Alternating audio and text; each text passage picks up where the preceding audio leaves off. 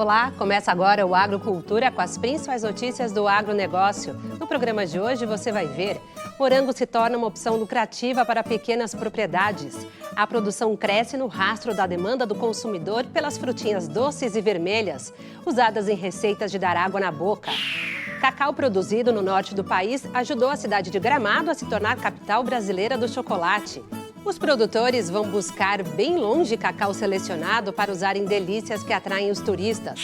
São Paulo confirma a liderança na produção de bananas e este ano deve colher super safra de mais de 1 milhão de toneladas. Isso representa quase 1/3 da produção nacional. Defesa da Piracema, que protege a reprodução das espécies nativas de peixes, segue em vigor e fiscalização apreende equipamentos de pesca profissionais. E ainda, falta de chuva e calorão podem estar com os dias contados e acabar esta semana. Temporais vão ser o perigo. Os detalhes na previsão do tempo para todo o país. O Agrocultura está começando.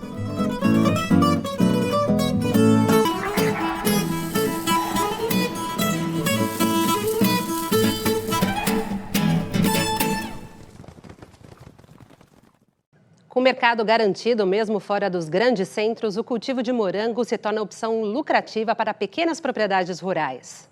Até o Distrito Federal é forte produtor de morangos e bem ao sul, em Santa Catarina, o cultivo da frutinha vermelha e saborosa desponta em pequenos sítios no interior do estado. Uma propriedade rural com muitos animais. É o sítio do seu Nilo, que também produz alimentos aqui. Ele fornece batata doce e vagem para a merenda escolar da rede municipal e também cultiva morangos. Como o produto é bom, sempre tem procura. Onde pedir, onde eu conseguir vender, vendo na cidade, vendo em Rio do Sul, vendo em Laurentino. E todo mundo gosta de comprar o morango do Nilo aqui. São 2.400 pés cultivados aqui, das variedades San Andreas e Monterrey. São frutos diferenciados, produzidos sem defensivos químicos usados no cultivo convencional. O maior desafio para se conduzir uma plantação de morangos sem o uso de agrotóxicos é manter essa produção livre de pragas e doenças. Mas para isso, o agricultor tem os seus métodos. Essas armadilhas, feitas com garrafas PET, ajudam a controlar as moscas. Os insetos são atraídos pela mistura de açúcar com vinagre de maçã e ficam por ali mesmo. O vinagre de maçã, ele deixa um cheiro atrativo, né, para a mosca. Então eu estou começando a colocar isso ali porque, como no verão é muito quente, como o pêssego, a ameixa e essas outras frutas bicha, o morango também bicha. Então a gente tem que ter um pouco de cuidado também com isso, porque senão tu perde uma apanhada, 2 ou 3 apanhadas, tudo seguida aí. E uma vez que atacou, é difícil de controlar. Uma grande dificuldade ainda, para quem está nisso ali, para fazer orgânico, é a adubação. A adubação, tu conseguir a adubação certa para isso ali. A condição climática também gera incerteza. Embora alguns morangos estejam graúdos, o clima úmido e chuvoso atrapalhou a produção. Como o morango precisa de luminosidade para a produção, e não deu. Chuva e tempo fechado toda a vida, e isso não vai, então não tem jeito. Na verdade, assim, dias quentes e noite fria, para o morango é excelente, então é uma coisa que funciona. Como isso não estava acontecendo, está começando agora uma remessa de florada boa agora, então vamos ver se vai dar uma pegada boa agora. Por um tempo, o seu Nilo plantou os morangos no chão mesmo, mas depois optou pelo cultivo elevado. Uma parte ele mantém em slabs, que são esses sacos com substrato, e também tem as mudas em vasos. Optei por botar o slab, mas tem seus a favor e seus contra, por causa da adubação. No vaso é mais fácil de colocar adubação. E daí eu pensei que os vasos seria mais atraente, né? Então, para poder, vou colocar 2 mudas em cada vaso, porque ele tem espaço para abrir, na verdade, né? Que ele abre para o lado, o morango tem espaço para florar para o lado. E daí eu usei o vaso de 3 litros, né? O primeiro. Daí depois peguei o de 5 litros, que é um vaso maior, né? Que fica um pouco mais atraente para poder colocar um pouco melhor e dar um pouco mais de terra, mais substrato dentro. E dia após dia, o produtor segue em busca do sistema que melhor se adapta à propriedade, torcendo para que os frutos estejam sempre assim, graúdos e saborosos.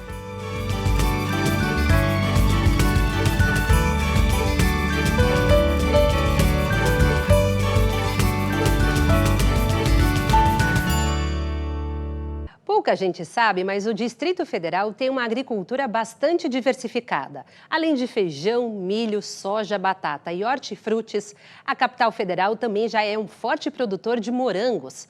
Apesar do clima que era considerado impróprio, não é que deu certo?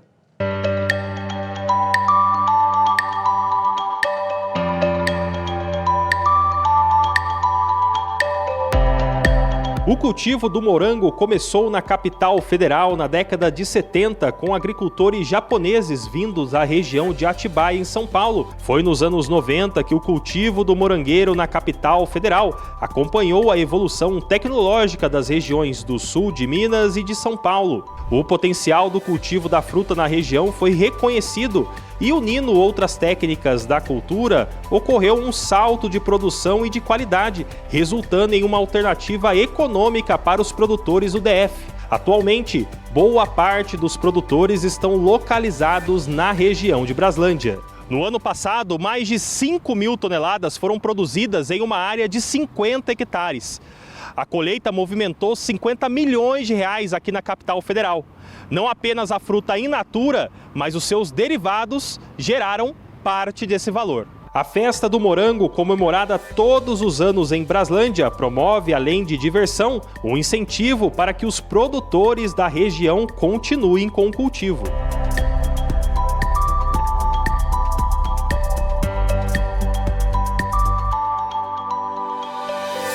Fomos até a propriedade do Valfredo, que produz a fruta há quase 20 anos em Braslândia. Toda a sua família está envolvida na produção e ele nos contou como tudo começou. O que te fez sair de São Paulo e vir aqui para Braslândia, vir aqui para Brasília e iniciar todo esse processo de produção de morango? Eu comecei com a venda de embalagens, né? Sou representante de algumas empresas e a partir da representação eu comecei a conhecer as plantas, gostei, comprei uma propriedade e comecei a produzir também. O morango, na época que você veio na época dos anos 90, né, nos 2000, haviam muitas produções de morango nessa época? Na época era estimado 10% do que nós temos hoje, estimado em torno de 600, 700 mil pés de morango, não era 10%, hoje planta-se aqui até 6 milhões de pés.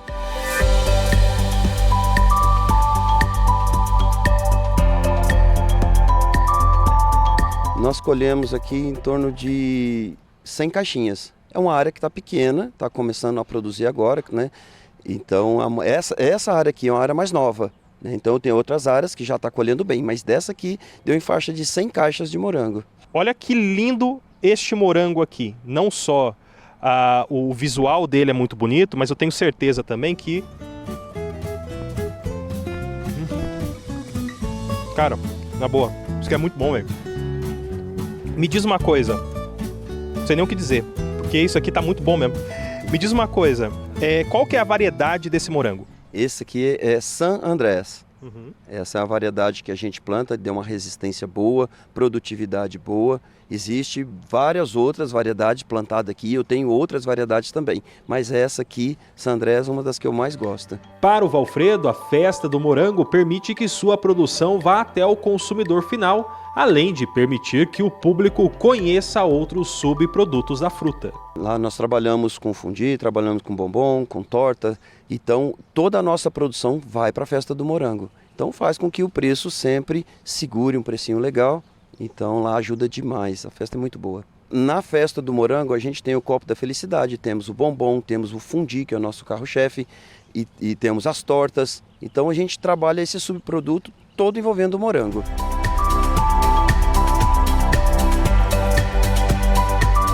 A Festa do Morango é uma das festividades de maior importância para a região de Braslândia, por movimentar a produção e o turismo. Eu vou ensinar você a como fazer essa delícia aqui, ó. Fazer um bolo de morango, um bolo bem gostoso, viu? E quem vai nos ensinar a fazer essa receita deliciosa é a confeiteira Janaína Pereira. Os ingredientes são 180 ml de iogurte, 140 ml de óleo, 4 ovos, 180 gramas de açúcar, 70 gramas de chocolate em pó 50%, 230 gramas de farinha de trigo e 1 colher de fermento. Misture tudo muito bem. E agora coloque no forno por 40 minutos. Pois é, então, como você viu agora, tá aqui uma das fatias que saíram justamente das mãos da Janaína. Pois é, ela que é uma excelente confeiteira. E agora chegou a hora que todo mundo esperava. Na verdade, quem esperava mais era eu, porque agora é hora de comer. Eu vou virar o pratinho aqui para você poder ver. Olha só que maravilha o recheio. Olha só, o recheio tá aqui, um morangão. Deve estar bom. Esse pedaço tá grande. Eu peço perdão para você de casa, porque agora eu vou ter que abrir o bocão.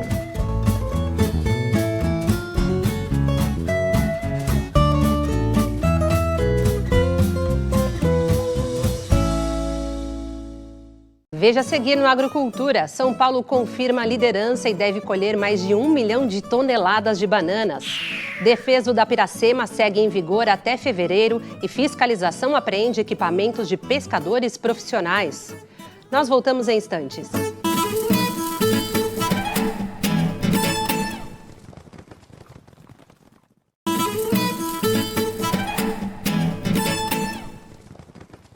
Confira agora as principais notícias do campo. Agricultores paulistas colhem este ano quase 1/3 da produção nacional de bananas. E fiscalização impede pesca profissional e predatória no Defeso da Piracema, que vai até o fim de fevereiro. A Secretaria de Estado de Meio Ambiente e Desenvolvimento Sustentável divulgou o balanço parcial da Operação Piracema, que aconteceu no início deste mês no município de Aruanã. A ação tem como objetivo proteger o ciclo reprodutivo dos peixes. Os fiscais apreenderam 99 equipamentos de pesca, uma arma de fogo calibre 22 e 22 munições do mesmo calibre. Os equipamentos recolhidos foram 3 redes, 7 tarrafas, 79 pindas, 7 espinhéis e 3 caniços. É importante ressaltar que a Piracema começa no dia 1º de novembro e segue até o dia 28 de fevereiro. O período significa que diversas espécies de peixes estão em reprodução. A banana é a fruta fresca mais popular, presente na cozinha de todas as casas. Além do maior consumidor mundial, o Brasil é o 4º maior produtor, com mais de 6 milhões de toneladas geradas e 455 mil hectares, metade originária da agricultura familiar. E diferente do que muitos pensam, o estado de São Paulo é um dos maiores representantes do agronegócio brasileiro. Segundo dados divulgados pelo IBGE, o estado paulista é responsável por quase 1/3 da banana produzida no Brasil. De acordo com o Instituto de Economia Agrícola, órgão vinculado à Secretaria da Agricultura e Abastecimento, na safra deste ano, a previsão é de que São Paulo produza mais de 1 milhão de toneladas do produto. A produção paulista ajuda a manter o Brasil entre os principais produtores de banana do mundo. Nas safras do ano passado e retrasado, o país produziu cerca de 7 milhões de toneladas. O Brasil fica atrás apenas da Índia, China e Indonésia. Em São Paulo, o maior polo produtor do segmento é o Vale do Ribeira. A média nacional de produção da fruta é de 14 toneladas por hectare. Já no Vale é de 22, ficando 8 toneladas à frente do país. O estado investe em pesquisas que promovem o melhoramento genético e o controle de doenças e pragas, as chamadas medidas fitossanitárias. Um exemplo deste investimento é o Programa de Fitossanidade da Cultura da Banana, criado pela Secretaria da Agricultura. Entre as medidas previstas neste programa estão o cadastro de todas as unidades comerciais de banana no estado, ações de redução de disseminação e prevenção de pragas e adoção de protocolos para garantir a rastreabilidade e a qualidade do produto. Veja agora outras notícias do campo. A Embrapa lançou recentemente uma variedade de amora preta, desenvolvida especialmente para a produção de geleias e sucos. Batizada de BRS Ticuna, a nova cultivar foi testada principalmente nos estados do sul do Brasil, mas pode ser adaptada em outras regiões. De acordo com os pesquisadores, a nova moreira tem frutas grandes, acidez elevada, o que é bom para o processamento industrial, e é resistente às doenças comuns para a espécie.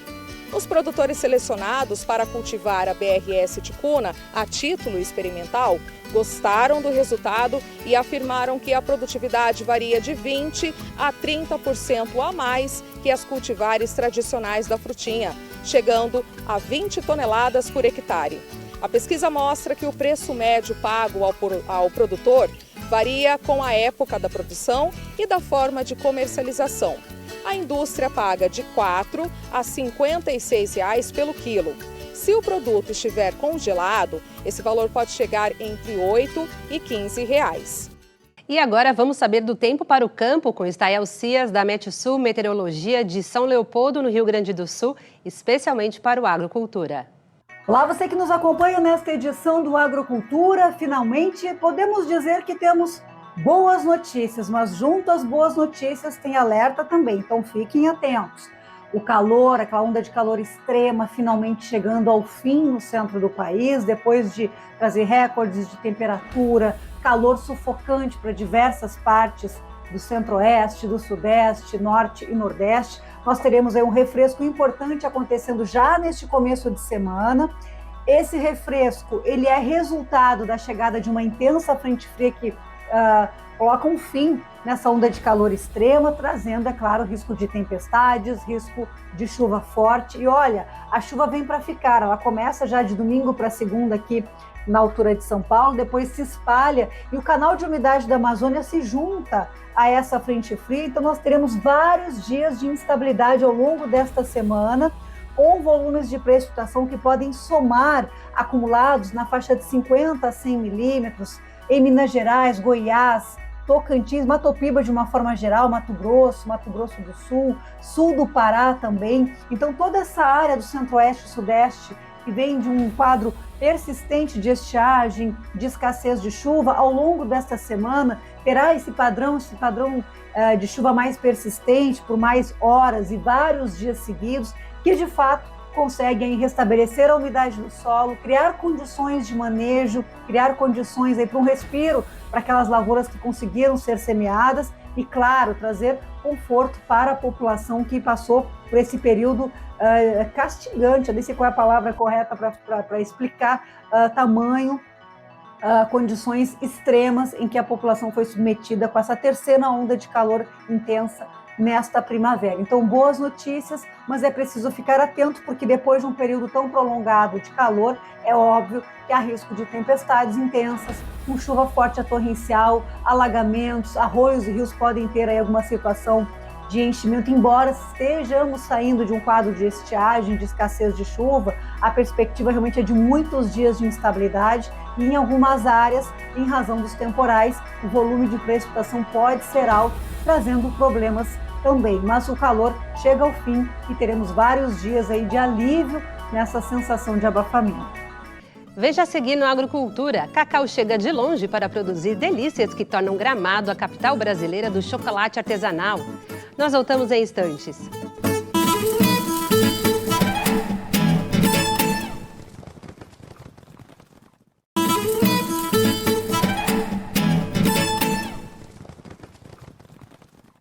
O município não produz cacau, mas se tornou a capital brasileira do chocolate artesanal. Estamos falando de Gramado, na Serra Gaúcha.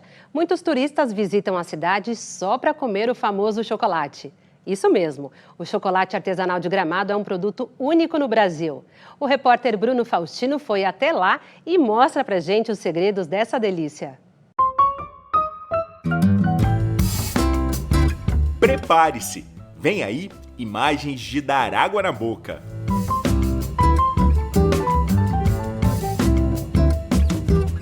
Chocolate artesanal. Está aí uma especialidade de Gramado, na Serra Gaúcha. Em 1975, Jaime Praver foi a Bariloche e lá ele descobriu o ofício do chocolate artesanal.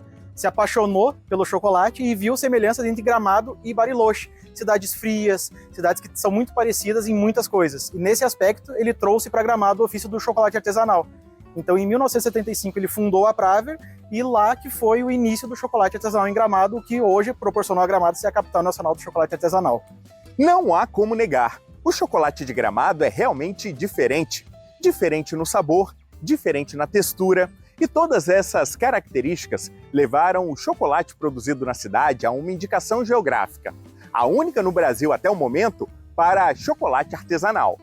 Indicação geográfica é um território que se tornou conhecido ou que tem características que geram uma exclusividade para um produto ou serviço. Então, ele é um ativo de propriedade intelectual, a indicação geográfica é um registro que se faz no Instituto Nacional da Propriedade Industrial. Mas para a obtenção desse registro, a região deve ter a reputação ou comprovar o vínculo daquele produto com o meio. Então, quando a gente fala de indicação geográfica, nós estamos falando de qualidade baseada na origem. A origem do produto e o saber fazer das pessoas que vivem naquela região é que conformam uma indicação geográfica.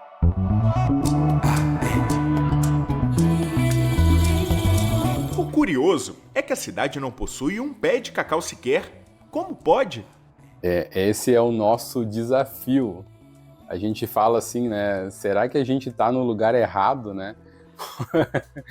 Mas é isso que é gostoso, né? Esse desafio que é gostoso, né? Fazer o cacau chegar aqui na cidade, com toda essa nossa logística aí, vindo lá da Bahia. A nossa indústria vem de produtores mais artesanais lá da Bahia, produtores pequenas fazendas, né? De lá, alguns vêm do Espírito Santo. Então é o desafio chegar o cacau, o açúcar também, né? Também vem de longe. O que a gente tem perto aqui é o leite, né? Mas o resto, esse é um desafio gostoso. A nossa lei de propriedade industrial, ela define duas espécies de indicação geográfica. A indicação de procedência, que é baseada na reputação.